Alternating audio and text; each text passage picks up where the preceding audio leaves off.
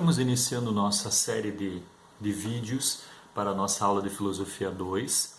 Eu gostaria de convidá-lo a acompanharmos juntos a sequência de slides que nós vamos ter daqui a pouquinho em relação a essa aula. Tá? Então, eu sou o professor Elson, professor de Filosofia aqui da FAC Centro, e vamos juntos trabalhar um pouquinho. Eu gostaria, antes de mais nada, nesse nosso primeiro vídeo, recordar alguns temas já trabalhados em Filosofia 1. Tá? O primeiro deles é com relação à etimologia, ou seja, a origem da palavra filosofia. A palavra filosofia, ela vem do grego philo e sofia, ou seja, philo, amizade, sofia, sabedoria. Então, o filósofo é aquele que é amigo do saber, não necessariamente aquele que é sábio, mas aquele que busca saber mais. Dentro da origem da filosofia, os primeiros filósofos, que nós temos enquanto tradição registrados, né, tradicionalmente reconhecidos, são os pré-socráticos. Qual era a preocupação? Qual foi a contribuição dos pré-socráticos? Em primeiro lugar, a palavra pré vem de antes de Sócrates. Não diria antes no ponto de vista do tempo, porque muitos deles conviveram com Sócrates, que era um filósofo, que a gente vai ver daqui a pouquinho, mas eram pessoas que tiveram uma visão, né, do mundo, porque a filosofia é uma visão do mundo, tiveram uma visão do mundo, uma interpretação do mundo anterior à forma de pensar de Sócrates. Então, por isso o nome pré-socráticos. A forma de pensar deles era anterior a de Sócrates. Eles eram também chamados de filósofos da physis, ou da natureza. Por quê? Porque eles estavam preocupados em explicar a origem das coisas, a arqué, a origem da natureza, a origem das coisas existentes materiais. Esses primeiros filósofos também tiveram aí a preocupação de fazer essa passagem do mito para a filosofia. Ou seja, mito, uma explicação dada num momento histórico, porque até então não se tinha uma explicação técnica, científica para aquilo, então se criava, de certa forma, explicações para uma coisa que não tinha até o momento de explicação. Já essa passagem que os pré-socráticos fazem do mito para a filosofia é a passagem da explicação mitológica criada para a busca de uma explicação mais racional para a origem das coisas. Né? Então, por isso que a gente fala que os pré-socráticos fazem essa passagem, né? Das explicações mais fantasiosas, talvez um pouquinho, para o ponto de vista mais científico. Então, são os primeiros cientistas. Né? Quem nós temos logo após? Sócrates. Nós falamos agora há pouquinho. Sócrates é considerado, então, o pai da filosofia como nós a enxergamos hoje, como uma reflexão racional do mundo, de tudo que está à volta. Né? E Sócrates, ele usa para isso um método chamado de método dialético. Dialético de dois, de diálogo, de conversa. Né? Então ele costumava fazer filosofia perguntando. Então ele fazia as pessoas pensar através das suas perguntas.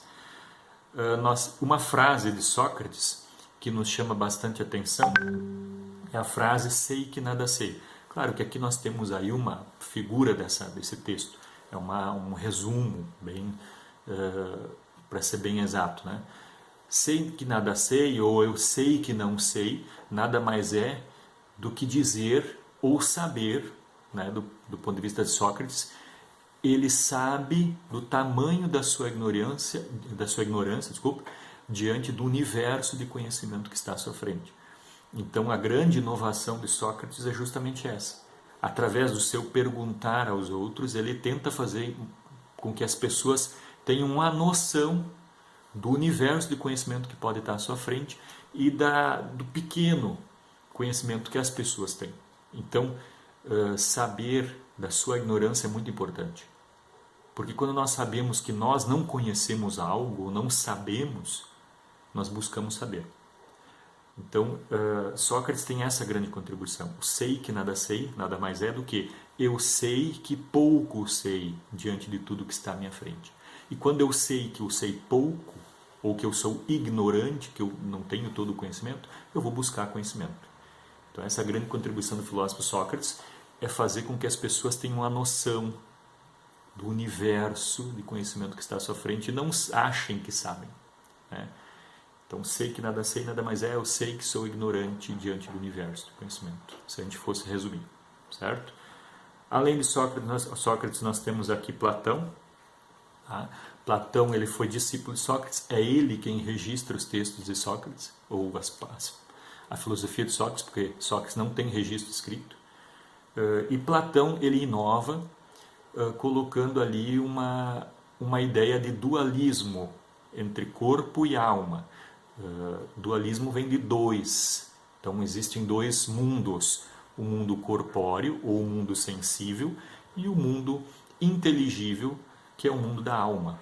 Para ele existe o corpo, que é físico, que é material e que sente, e que tem os sentidos que nos fazem sentir, os olhos, que é a visão, o tato, o olfato, né? E são sentidos físicos. E existe uma outra dimensão humana, que é a dimensão racional, que é a alma. Então, para Sócrates, existe corpo, material, e alma imaterial. Corpo, que tem a ver com o físico, e a alma, que tem a ver com a razão, com o imaterial. Para explicar um pouquinho melhor isso, ele usa uma alegoria da caverna, o mito da caverna, que é muito conhecido. Tá?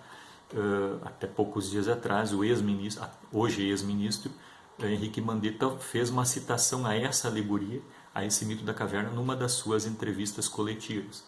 E o mito da caverna é mais ou menos assim.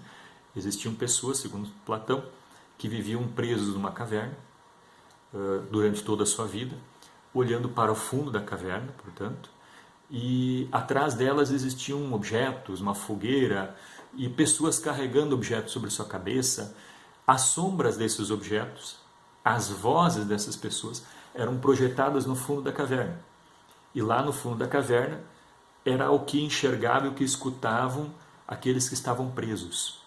Então os presos tinham para eles como sendo reais, né, como o único conhecimento que eles tinham era aquelas sombras. Então para eles aquelas sombras eram o real. Tá? Certa vez um desses presos, cativos, ele se liberta e vai em direção à porta da caverna. E ele enxerga essas pessoas carregando objetos, ele enxerga a fogueira. Então ele consegue ver a diferença entre aquilo que ele enxergava, ou melhor, que ele achava que era real, que eram as sombras, e aquilo que é real, que são os objetos, as pessoas, a fogueira. E aí nós podemos voltar novamente. Mundo sensível e mundo inteligível. Para o Platão, o mundo sensível é as sombras da caverna. E o mundo inteligível são as coisas de fato. Para ele, a única possibilidade que nós temos de conhecer as coisas reais é usando a razão. É conhecer de fato. Enquanto se nós só olhamos, não pensamos sobre os fatos, nós vemos só sombras. E existem várias interpretações possíveis hoje na atualidade, ou que foram feitas ao longo do tempo para esse mito. Uma delas é em relação, por exemplo, à mídia, à comunicação. Para muitos que fazem interpretação, nós podemos dizer que aqueles que carregavam os objetos são aqueles que formam opiniões, aqueles que encaminham interpretações sobre a realidade. Enquanto aqueles que estão na caverna, presos, olhando para as sombras, são aqueles que recebem passivamente as informações, não refletem. Então existem aqueles que formam as opiniões e existem aqueles que simplesmente olham para as sombras daquelas opiniões e não tentam buscar a verdade. Então a grande crítica aí, a grande contribuição de Platão justamente é essa, dizer que o conhecimento ele se encontra na busca, na ciência, né? Na busca da verdade, na razão, não simplesmente absorver de graça, sem se preocupar, sem pensar sobre aquilo que você está ouvindo.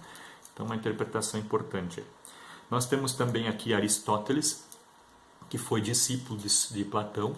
E Aristóteles, uma contribuição importante dele é em relação à lógica, e ele evolui um pouco mais do ponto de vista racional. Se nós olhamos todos eles aqui, né, o que nós vemos?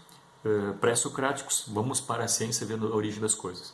Sócrates, vamos perguntar, nós temos pouco conhecimento, o universo tem muito mais, Nós somos muito ignorantes perante o universo de conhecimento que está à nossa frente. E é importante para aprendermos, termos a noção da nossa ignorância.